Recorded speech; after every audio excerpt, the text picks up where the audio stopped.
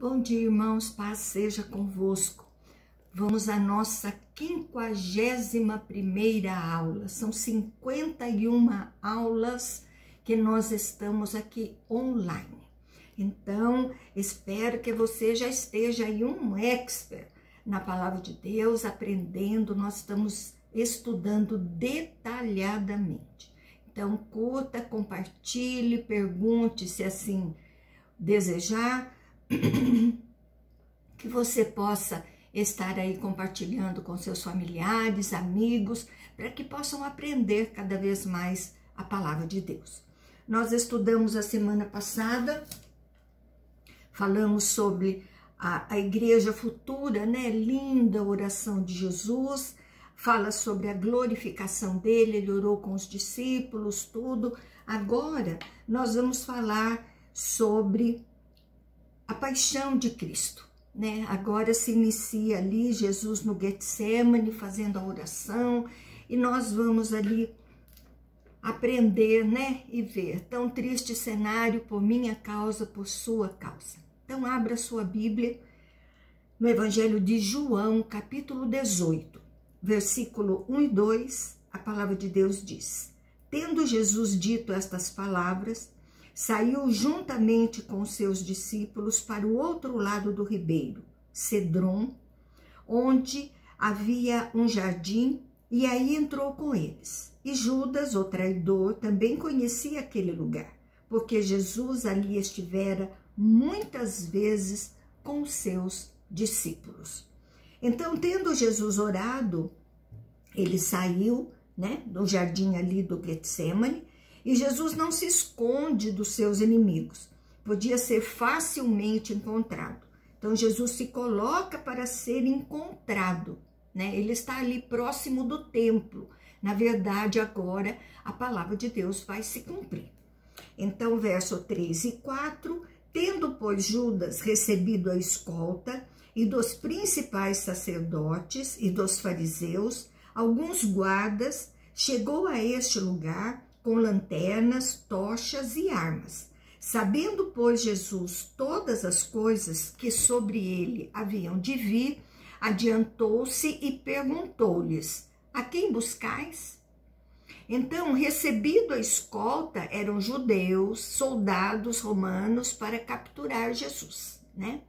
Tantas pessoas para pegar Jesus. Podia ser que eles esperassem ali por resistência, né? Por causa da acusação de ser o rei dos judeus. E sendo rei, ele era proibido em Roma. Não podia uma pessoa se declarar rei, né? Eles tinham ali leis deles, os romanos, né? Então seria alguém que estava querendo uma revolução. Então queria arrumar uma guerra ali, justamente por se achar rei daquele lugar. E naquele lugar existia um rei. Então, por isso, levaram escolta para conter esta revolução.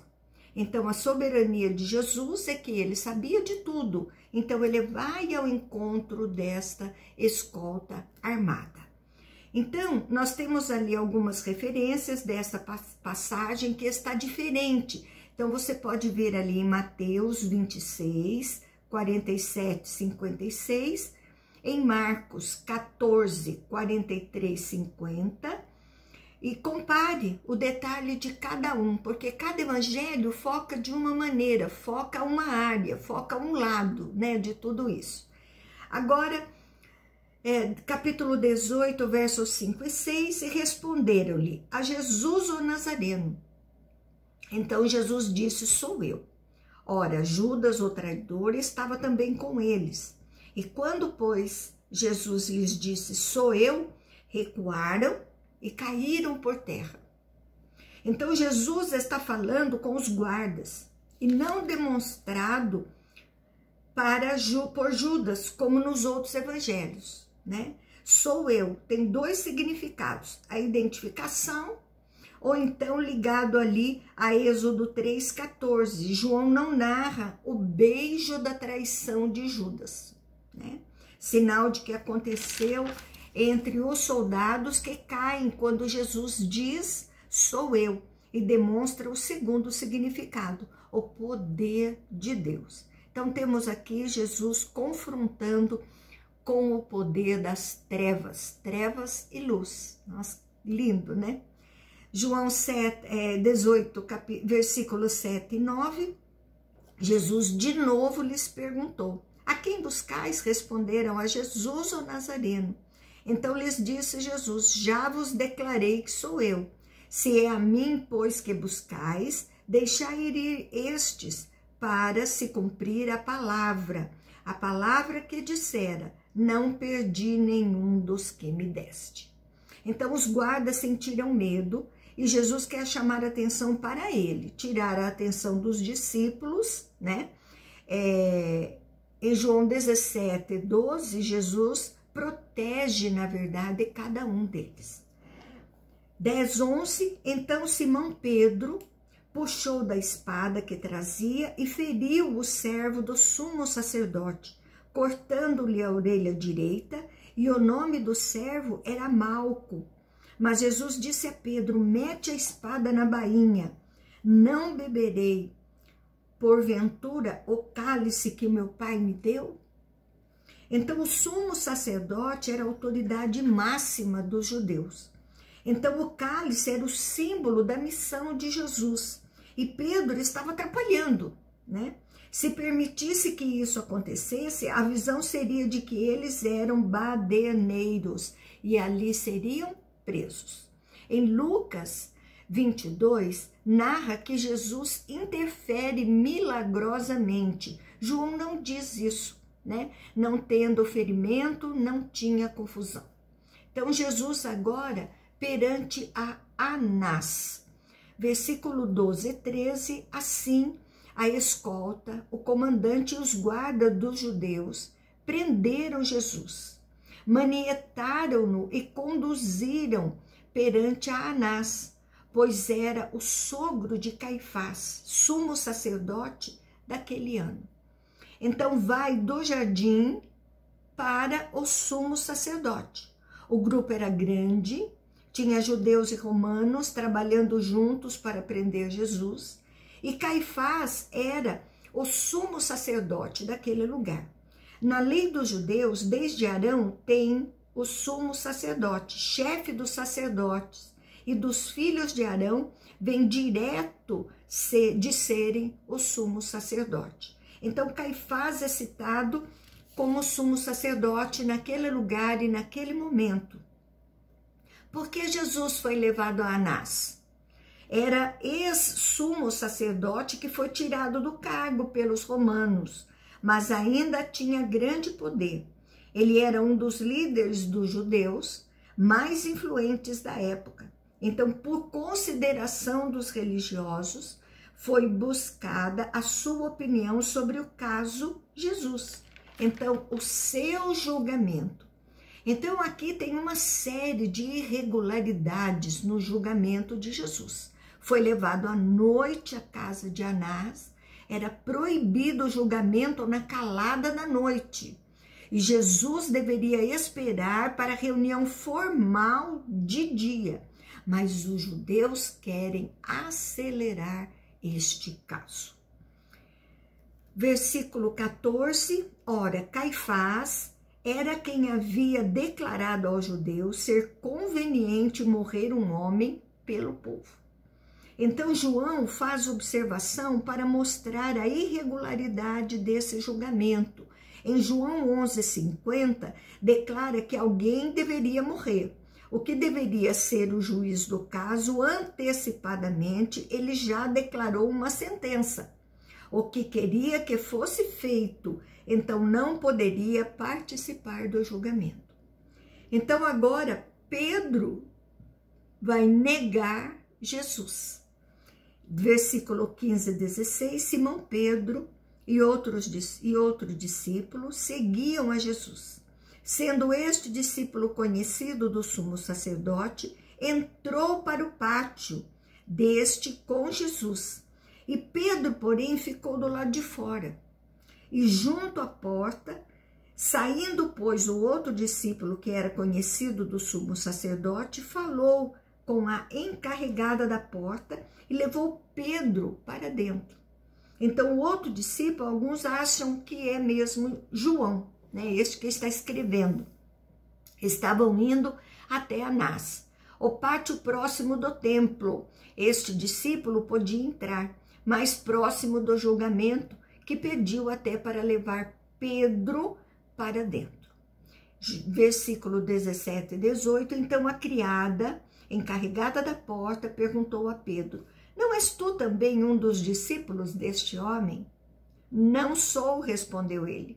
Ora, os servos e os guardas estavam ali, tendo acendido um braseiro por causa do frio, e ali aquentavam-se, e Pedro estava no meio deles, aquentando-se também.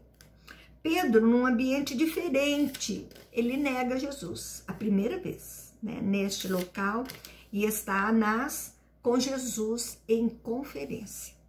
Versículo 19 e 20, então o sumo sacerdote, ele interrogou Jesus acerca dos seus discípulos e da sua doutrina, e declarou-lhe Jesus: eu tenho falado francamente ao mundo, ensinei continuamente tanto nas sinagogas como no templo, onde todos os judeus se reúnem, e nada disso em oculto.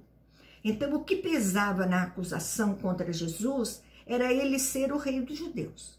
Se ele era rei, teria súditos que lutariam contra o Império Romano, tinham poder. Então, Anás quer saber do geral, como que estava funcionando tudo. Então, Jesus traz o foco para ele e tira dos seus discípulos o foco, né? Para que eles não o perseguissem. E foca no seu ensino. Vocês vão encontrar testemunhas. Então, eles é quem tem que apresentar provas dentro da lei dos judeus. Não podiam ser condenados sem testemunhas. Era preciso 2 testemunhas no mínimo. 22, 24. Por que me interrogas? Pergunta aos que ouviram o que lhes falei. Bem sabem eles o que eu disse. Dizendo ele isto, um dos guardas que ali estavam deu uma bofetada em Jesus, dizendo: é assim que falas ao sumo sacerdote? Então Anás o enviou manietado à presença de Caifás, o sumo sacerdote. Anás era um ex-sumo sacerdote. Então, em consideração, eles levaram a Anás primeiro. Agora eles levam a Caifás, que verdadeiramente é o sumo sacerdote. Jesus fala para acharem as testemunhas, mais uma realidade em alguém sendo interrogado, sem estar condenado, sendo violentado. Jesus não está destratando o sumo sacerdote, só questionando a lei. Jesus está sendo interrogado por Anás, que tecnicamente não é o sumo sacerdote, mas tem prestígio de sumo sacerdote. O envia Caifás, que é legalmente o sumo sacerdote, e esse julgamento está todo irregular. 25 a 27, lá estava Simão Pedro, aquentando-se, perguntaram-lhe, pois, és tu, porventura, um dos discípulos dele? E ele negou e disse, não sou. Um dos servos do sumo sacerdote, perante daquele a quem Pedro tinha decepado a orelha, perguntou, não te vi eu no jardim com ele? E de novo Pedro o negou. E no mesmo instante o galo cantou. João traz agora a conversa fora do lugar onde Jesus era interrogado, ali em volta, né, no pátio. Pedro nega a segunda vez e a terceira vez, e o galo canta. Então é o cumprimento da profecia de Jesus em João 13, 38. A pressão, o ambiente fizeram Pedro negar Jesus. Era difícil a identificação de pessoas no período noturno pela falta de iluminação. Então, para você ver o lugar que você está, com as pessoas que você está, podem fazer você negar a Jesus. Olha que interessante. Se você não está no seu ambiente, Pedro estava acostumado a estar com os discípulos e junto com Jesus. Então o assunto era salvação, era milagre, era vida eterna, era falar sobre Deus. E agora Pedro está num meio diferente. Então olha o que ele faz, ele nega Jesus. E isso pode acontecer conosco também. Então Jesus agora vai até Pilatos. Então João 18, 28, 29, depois levaram Jesus à casa de Caifás, para o pretório. Era cedo de manhã, eles não entraram no pretório para não se contaminarem, mas poderem comer a Páscoa. Então Pilatos saiu para lhes falar e lhes disse: que acusação fazeis contra este homem? Jesus sai de Anás, vai para a casa de Caifás, mas João não narra o que lá aconteceu na casa de Caifás. João foca a irregularidade do julgamento e não os detalhes. Pretório é no palácio, a sede administrativa do governador. Então, era o palácio de Herodes, que ficava ao lado da área do templo. Então, o governador não governava em Jerusalém, mas de uma cidade chamada Cesareia. Mas, quando tinha festas, que nem a Páscoa, ele viajava e ficava nessa região e se hospedava no pretório. Então, era cedo, a conversa de Anás e Caifás acontece de madrugada, irregular. Os romanos gostavam de começar bem cedo os trabalhos para terminar logo, e a audiência já estava marcada. Então, os judeus achavam que se entrassem num lugar dos gentios, se contaminariam. Então, ironia, né? Em contrapartida, podiam julgar Jesus injustamente, cheio de irregularidades, para você ver como a lei não funcionava. João mostra a hipocrisia dos religiosos. Estavam contaminados pela maldade de suas ações. Então, o que adiantava? Pilatos respeita a cultura dos judeus e sai para falar com eles. Quer saber detalhes e já tinha ali o resumo dos fatos, né, do que estava acontecendo. Versículo 30 a 31, e responderam-lhe: se este não fosse malfeitor, não entregaríamos. E replicou-lhes, pois, Pilatos: tomai-o vós outros e julgai-o segundo a vossa lei. E responderam-lhe os judeus: a nós não é lícito matar alguém. Olha só, os judeus querem resolver rápido e querem uma sentença. Pilatos não quer julgar, não via motivo para a condenação. Os judeus não podiam executar a pena de morte, era proibido pelos romanos. Então, olha o que faz Pilatos, dá a eles a decisão, mas o que eles querem é matar Jesus, os próprios judeus. Então, só autoridades romanas poderiam decretar a morte de Jesus. Então, eles não queriam que Jesus tivesse um julgamento justo para se defender com testemunhas. Então, era tudo irregular ali. João 32, 18, 32, 33, para que se cumprisse a palavra de Jesus, significando o modo por que havia de morrer. Tornou Pilatos a entrar no pretório, chamou Jesus e perguntou-lhe: és tu o rei dos judeus? E João não faz aqui um parêntese dizendo que Jesus sendo entregue a Pilatos era um cumprimento dele próprio, né? E que ele fala em João 12, 32. Os judeus não podiam crucificar ninguém, então o levam até Pilatos. A pena de morte que os judeus podiam executar era o apedrejamento, e pela lei, né? Mas pelos romanos, crimes severos eram punidos com crucificação. A soberania de Deus estava ali para que se cumprisse a palavra. Ele teria a morte de cruz, né? Isso já profetizado desde o Antigo Testamento. Essa era a acusação possível de pena de morte. Ninguém podia se dizer rei. Versículo 34, 35, respondeu Jesus: vem de ti mesmo esta pergunta, ou te disseram outros a meu respeito? Replicou Pilatos: porventura sou judeu? A tua própria gente e os principais sacerdotes é que te entregaram a mim. Que fizeste? Gente, os próprios judeus, ali esperando o Messias, conhecedores da palavra. Meu Deus. Os sacerdotes, né, que ensinavam. É só mesmo para a palavra ser cumprida, né? Jesus, então, toca a questão das testemunhas, né, de acusação, e você deve ter feito algo grave para que o teu próprio povo te entregue.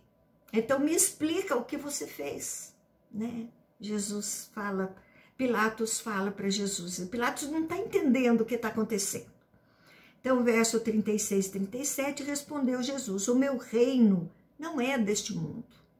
Se o meu reino fosse deste mundo, os meus ministros se empenhariam por mim, para que não fosse eu entregue aos judeus. Mas agora, o meu reino não é daqui.